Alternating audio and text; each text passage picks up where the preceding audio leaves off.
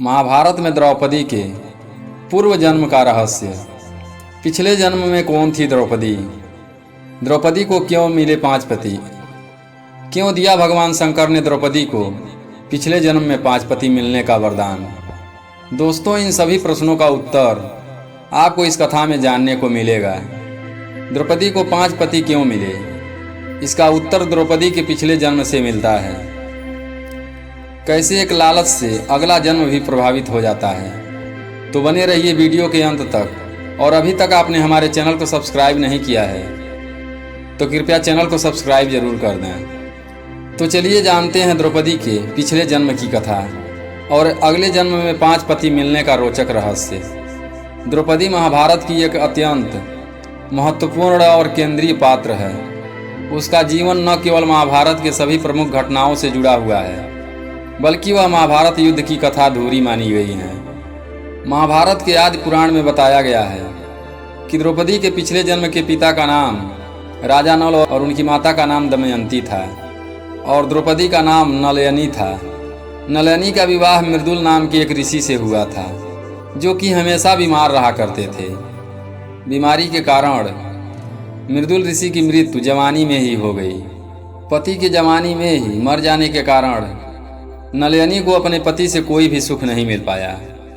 उसको समाज की उपेक्षाएं और यातनाएं सहनी पड़ रही थी। एक दिन नलयनी ने सोचा उसे अगले जन्म में फिर से अधूरी इच्छाओं का बोझ न उठाना पड़े, इसलिए भगवान शंकर की तपस्या करनी चाहिए। फिर नलयनी ने कई वर्षों तक महादेव शिव की कड़ी तपस्या की। उसकी कठिन तपस्या से अंततः भगवान शिव प्रसन्न हुए और प्रकट होकर नलयनी विधवा से वरदान मांगने को कहा। अपने सामने महादेव को साक्षात खड़ा पाकर नलयनी अति उत्साहित हो गई।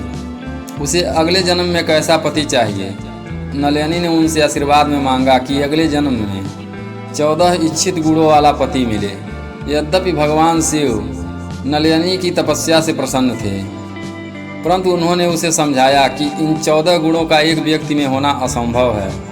किंतु जब नलयनी अपनी जिद पर अड़ी रही, नलयनी ने कहा, हे महादेव, अगले जन्म में इन सभी विशेषताओं वाला पति ही मुझे प्रदान करें। अपने भक्तों की हर मनोकामना पूरी करने वाले शिव जी उस महिला की हठ के अनुसार भगवान शिव ने उसकी इच्छा पूर्ण होने का वरदान दे दिया। इस वरदान में अधिकतम 14 गुणों का पति होना और प्रतिदिन सुबह स्नान के बाद पुनः कुंवारी होना भी शामिल था। इस प्रकार द्रौपदी भी पंचकन्या में एक बन गई। इसके बाद द्रौपदी का जन्म पांचाल देश के राजा द्रुपद की पुत्री के रूप में हुआ। यज्ञ से उत्पन्न होने के कारण उसे यज्ञसेनी भी कहा जाता है। द्रौपदी को पांडवों की पत्नी के रूप में माना जाता है। दोस्तों, आशा करता हूँ कि यह जानकारी आपको अच्छी लगी होगी।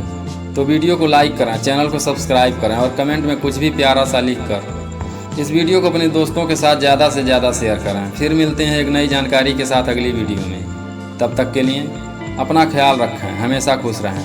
हमारे साथ वीडियो में अंत तक बने रहने के लिए धन्यवाद।